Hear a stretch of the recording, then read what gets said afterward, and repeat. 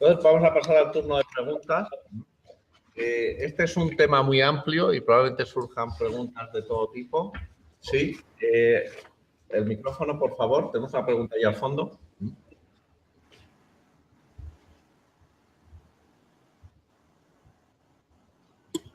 Es una pregunta para don Francisco Javier Jiménez. Actualmente en la educación vemos que hay cambios en las asignaturas, o sea, empiezas con las matemáticas, la lengua, luego introducimos el inglés, ahora introducimos la programación. También hay cambios en los medios, pasamos del libro de texto y la pizarra tradicional a utilizar la tablet, pero al final el alumno estudia unos contenidos, pasa por un examen que normalmente es escrito, saca una nota que le hace entrar en competencia con el de al lado, y después de primaria, secundaria, bachiller y la universidad, llega a la empresa con muchos conocimientos, con capacidad y ganas de trabajar, pero lo sueltas en una reunión donde tiene que exponer una idea, tiene que vender esa idea a otras personas, convencerlos, escuchar sus comentarios, negociar con ellos, alcanzar un consenso, y no siempre son capaces, porque eso requiere unas habilidades que también hay que practicar y desarrollar a lo largo de toda una vida. Y echo en falta, no sé si en primaria, en secundaria, en bachiller o en la universidad, asignaturas obligatorias de hablar en público, de debatir, de razonar una idea, de escuchar y negociar y conseguir un win-win y alcanzar un consenso, donde los alumnos puedan desarrollar todas esas habilidades. Y quería saber qué opinan la Comunidad de Madrid y don Francisco Javier al respecto. La Comunidad de Madrid no te lo puedo decir porque no soy speaker autorizado para decirlo directamente, pero sí te puedo dar mi opinión. Eso precisamente que me has contado es una de las cosas que yo tenía como objetivo cuando planteamos la programación. Pues la programación es un entorno, y más en el desarrollo que estamos pensando hacer, es apoyarnos en la asignatura que tenían de tecnología, porque es la primera asignatura que tenían, o la única donde estaba más implementado el desarrollo de aprendizaje basado en proyectos. Nosotros partimos de unos chavales que en educación infantil están acostumbrados a trabajar en equipo, están acostumbrados a compartir juguetes, a discutir por ellos, llegan a los 6 años y de repente les sentamos en una mesa, en muchos centros. Y a partir de ahí ya no abandonan la mesa hasta que no terminan su educación secundaria obligatoria, y en el resto del proceso, por desgracia, tanto en FP como en universidad, seguimos con el mismo esquema muchas veces. ¿Qué es lo que queremos hacer? Uno de los valores que yo quiero poner con ese tema de programación es precisamente que ahí es una asignatura que en el aprendizaje basado en proyectos puedo trabajar en equipo. En esos equipos tiene que haber negociación, tiene que haber corresponsabilidad, tiene que haber la capacidad de defender un proyecto en público. Esos proyectos tienen que estar vinculados además a un objetivo final, y un objetivo que ahora mismo a los chavales les motiva muchísimo son temas de emprendimiento. Con lo cual les puedes vincular con la idea de vender su propio proyecto a sus compañeros, hablar en público, todo ese tipo de valores. Yo creo que es la asignatura que más fácil nos lo va a poner para que actúe como tractora en el resto del sistema educativo y modificar la metodología que estamos utilizando. Nosotros en la universidad, y cuando daba clase en segundo, es evidente, cuando salen de aquí muchas veces lo que más le cuesta a un alumno es hablar en público. Lo que más le cuesta es trabajar en equipo, porque no están acostumbrados. Hay que enseñárselo desde pequeño. Yo no sé si es una asignatura como tal de habilidades transversales. Yo preferiría que se utilizaran las habilidades transversales en todo el sistema educativo y de forma recurrente por parte de los maestros y profesores, para lo cual ellos también tienen que aprender a utilizarlo. Y no es a base de cursos, es a base, yo creo, de que cojan esa confianza y sepan hacerlo de forma natural, sepan trabajar así. Y esa asignatura de programación quiero que actúe como tractora para que el resto de asignaturas se contagien de las nuevas metodologías. No sé si te he contestado a... Muy bien, muchas gracias. ¿Más preguntas? Sí, aquí tenemos el micrófono, por favor.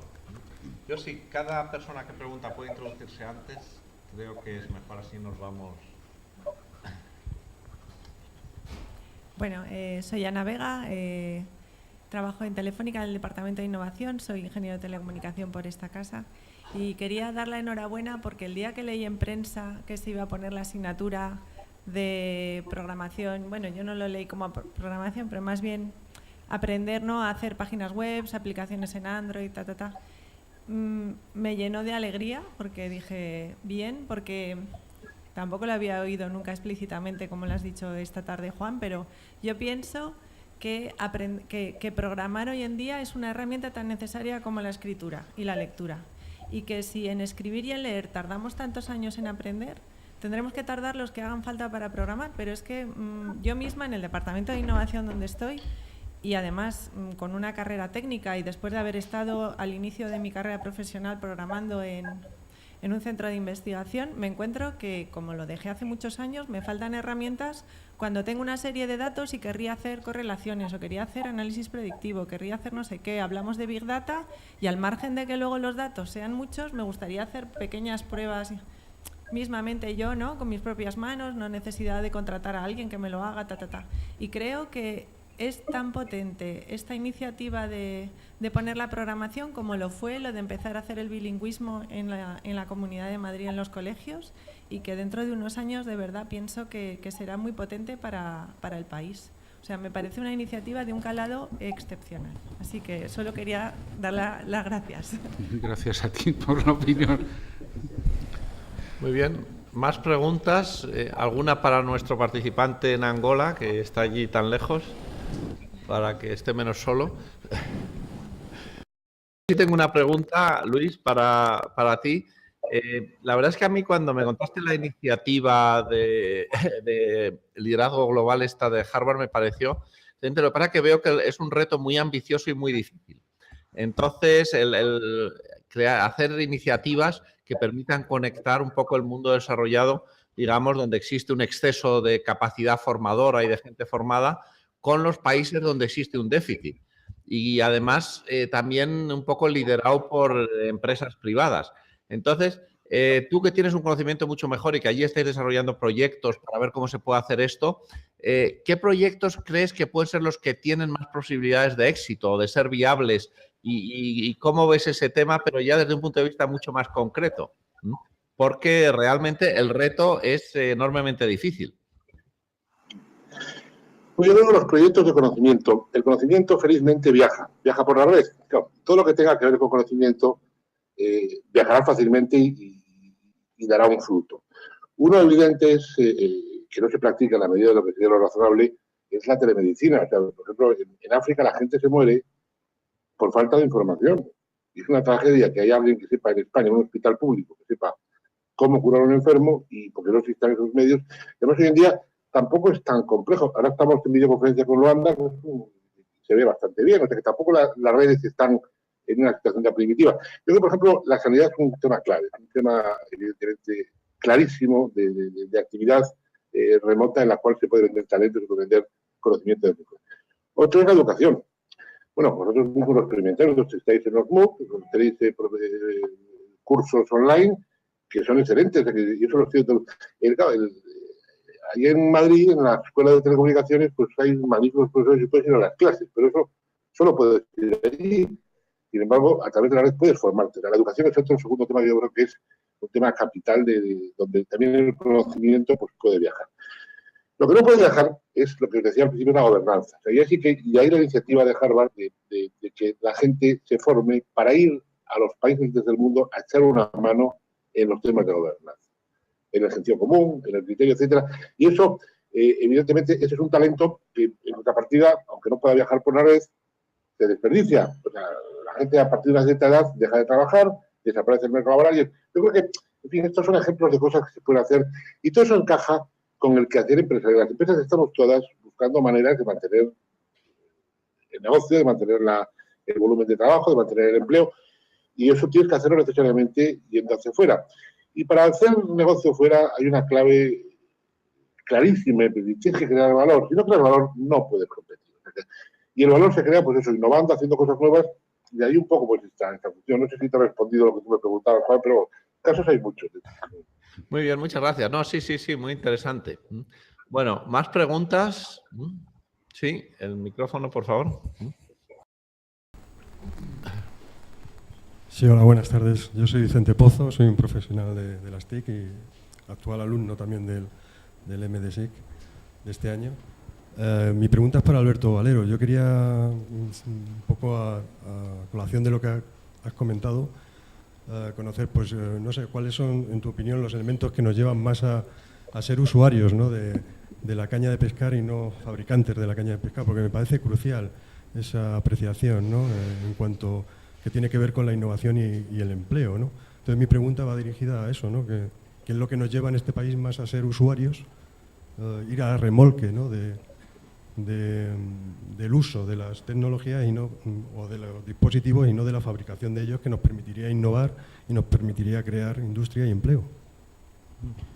Sí, bueno, lo que nos lleva a esto son motivos históricos. Para empezar, la globalización, con todas sus cosas buenas, también trae esas cosas malas. En el momento que empresas extranjeras empiezan a fabricar teléfonos móviles, yo puedo ser ya un usuario de móvil sin necesidad de saber fabricar un móvil. Si yo necesitara construir mis propias herramientas, pues aunque quizá iría retrasado respecto a otras poblaciones, pero tendría una necesidad imperiosa de aprender a construir mis herramientas. En el momento que esas herramientas están accesibles de otros sitios, esa necesidad desaparece y eso está muy bien. O sea, es una de los grandes avances que ha habido gracias a los medios de comunicación y eso es muy bueno.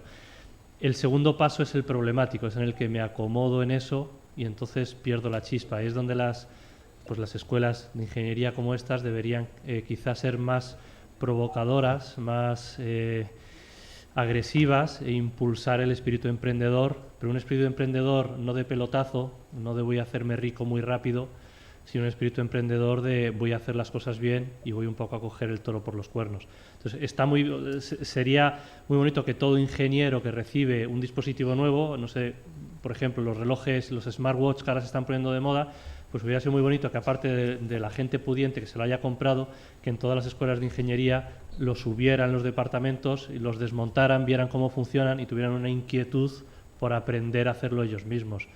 Desgraciadamente creo que no es lo habitual en el mundo académico, más preocupado de JCRs y cosas semejantes, pero eso es así. Entonces, quizá es la globalización como factor no malo, pero que produce, en la derivada segunda, produce esto, y el acomodamiento, el confort, de ¿para qué voy a aprender a hacer un móvil si ya me lo venden otros?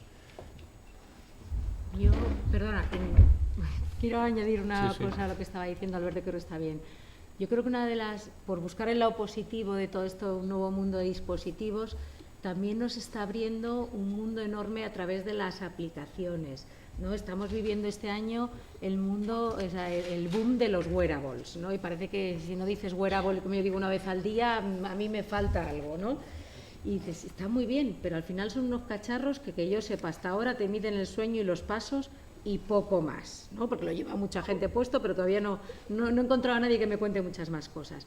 Ahora, las posibilidades son infinitas, ¿no? El otro día le preguntaban a nuestra experta de Intel en el curso que hicimos en Sevilla hasta dónde el mundo de Internet de las cosas, y decía, hasta donde llegue tu imaginación. Entonces yo creo que afortunadamente ahora en cualquier cacharro de estos se pueden hacer tantas cosas y crear tantas cosas a modo de aplicaciones desde el mundo de las empresas, que todavía le queda muchísimo por movilizar, hasta cualquier uso que se nos ocurra del día a día de nosotros como particulares. Entonces yo creo que también hay que innovar y hay que cacharrear y ser capaces de construir el hardware, pero es que en software, o sea, el mundo es infinito y yo creo que ahí hay muchas posibilidades de crear y que evidentemente tienen que fomentarse desde la universidad, ¿no? Yo en concreto, mi experiencia es que esta cátedra lo fomenta porque con ellos colaboramos precisamente en esa línea. Sí. ¿Esto es debate? Es debate, ¿no? Sí, es debate. Se puede debatir. No, y contra más debate sea mejor, ¿eh? Esto. Hay una cosa que ha dicho ya que es fundamental. Ojalá, yo soy más programador que cacharreador, ¿vale? Ojalá que todos los dispositivos que uso me permitiesen los fabricantes de ellos programarlos. Ojalá. Otra de las cosas que impide el desarrollo es que aceptamos como algo normal que toda la tecnología que utilizamos sean cajas negras, a las que no tenemos acceso. Sí, no tenemos acceso a propósito, porque el fabricante quiere ejercer una especie de dictadura del conocimiento en el que no desea compartir eso, porque entonces pierde la exclusividad. Entonces, esto nos abre otro problema, y es que en la educación, en mi opinión, yo he sido profesor en la universidad, En mi opinión, la educación y sobre todo la pública, todo lo que se genera debería ser libre, debería estar a disposición. A mí me chirría las entrañas, si las entrañas pudieran chirriar, cuando veo que la universidad hace una patente de un conocimiento generado con los impuestos de los españoles para proteger ese conocimiento y que los españoles no tengan acceso. Es como si yo en BQ desarrollase algo y se lo ocultase a mi jefe. Me echaría. ¿De acuerdo? Entonces, creo que una de las bases, como ha dicho Gemma, para poder desarrollar el mundo de la programación tan fundamental, como han dicho antes, es que generáramos un entramado de dispositivos tecnológicos libres, como ha hecho y ha marcado un hito en tecnología la familia Arduino, que en muchos casos van de la mano de Telefónica. Gracias a Arduino la tecnología, la electrónica, la programación es accesible a millones de personas. Y eso es porque Arduino ha puesto el conocimiento a disposición, no lo ha protegido. Contrariamente a otras plataformas, que incluso te exigen pagar para poder desarrollar para ellas, como es el caso de Apple, que bueno, para ser programador de Apple tienes que pagar. Es poco, es algo significativo más que real, pero bueno, si tuviera 1 millón de programadores, pues son 15 millones de dólares significativos. Entonces, en el mundo de la educación, lo libre, lo disponible, creo que eso es un desafío que deberíamos no aceptar a que las herramientas que utilizamos sean cajas negras, deberían ser cajas abiertas para todos. Muy bien. Tenemos tiempo para una última pregunta. Y bueno, si no hay preguntas, si alguno de los ponentes quiere hacer hay una pregunta allí. Gracias.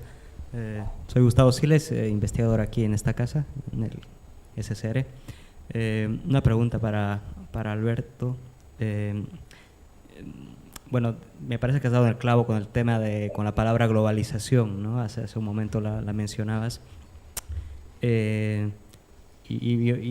Cuando la has mencionado se me ha venido a la cabeza un escenario, ¿no? ¿Qué pasa si llega un día Google y dice, pues, queremos comprar BQ? Tendríamos pero futbolines. el know-how, al final las cañas de pescar que mencionabas, terminarían fabricándolas ellos, quién sabe, y al final no sé qué escenario se plantearía, o sea, eso de verlo en local y cómo el conocimiento lo están generando ustedes, el cómo construir esas cañas de pescar, ¿en qué quedaría todo eso, digamos, no? O sea, todo el 100% de los productos educativos que hace BQ, el 100% de los planos, esquemáticos, conocimiento está publicado en Internet y es de acceso libre. Eso quiere decir que si Google nos comprase, ojalá que no, porque no creo que tengan dinero para comprar BQ, si Google nos comprase o BQ simplemente decidiese no continuar esa línea de trabajo, cualquier persona del mundo, sin pagar un céntimo ni necesitar pedir permiso a nadie, podría continuarlo. Ahí es donde digo que el conocimiento debería estar disponible cuando se habla de educación, para evitar ese tipo de cosas, para evitar hacer negocio de la educación, para evitar considerar que la educación de los chavales es una fuente de ingresos que yo puedo manejar. Especular con la educación es peligroso, tiene algo de inmoral, creo. Muy bien. ¿Alguien quiere hacer algún posicionamiento final o alguna pregunta? ¿Sí? Simplemente comentar una cosa, ya que sois los anfitriones Telefónica. Además de la asignatura de programación que empieza el año que viene, lo que sí estamos este año es con otro experimento, entre comillas, innovador fuerte. Y ahora mismo estamos formando a más de 1000 profesores simultáneamente con un curso MOOC, no MOOC, porque no es Open, está centrado para ellos. Un MOOC que nos está poniendo Telefónica Learning Services, estamos coordinando con ellos para poderles formar. Y creo que es de las pocas veces que hemos dado la formación al profesorado antes de impartir una nueva asignatura e implantar una nueva asignatura. Normalmente vienen en paralelo o la formación viene después de la orden de implantación de la asignatura. Muy bien, muchas gracias. Bueno, pues como estamos, nos hemos pasado muy poco, solo 5 minutos, ya cerramos aquí el panel y pasamos a la siguiente sesión sobre creatividad. Muchas gracias a todos. Gracias. Gracias, Luis, por haber estado allí. Gracias. Hasta pronto. Gracias. Un abrazo a todos. Gracias. Hasta pronto, un abrazo. Gracias.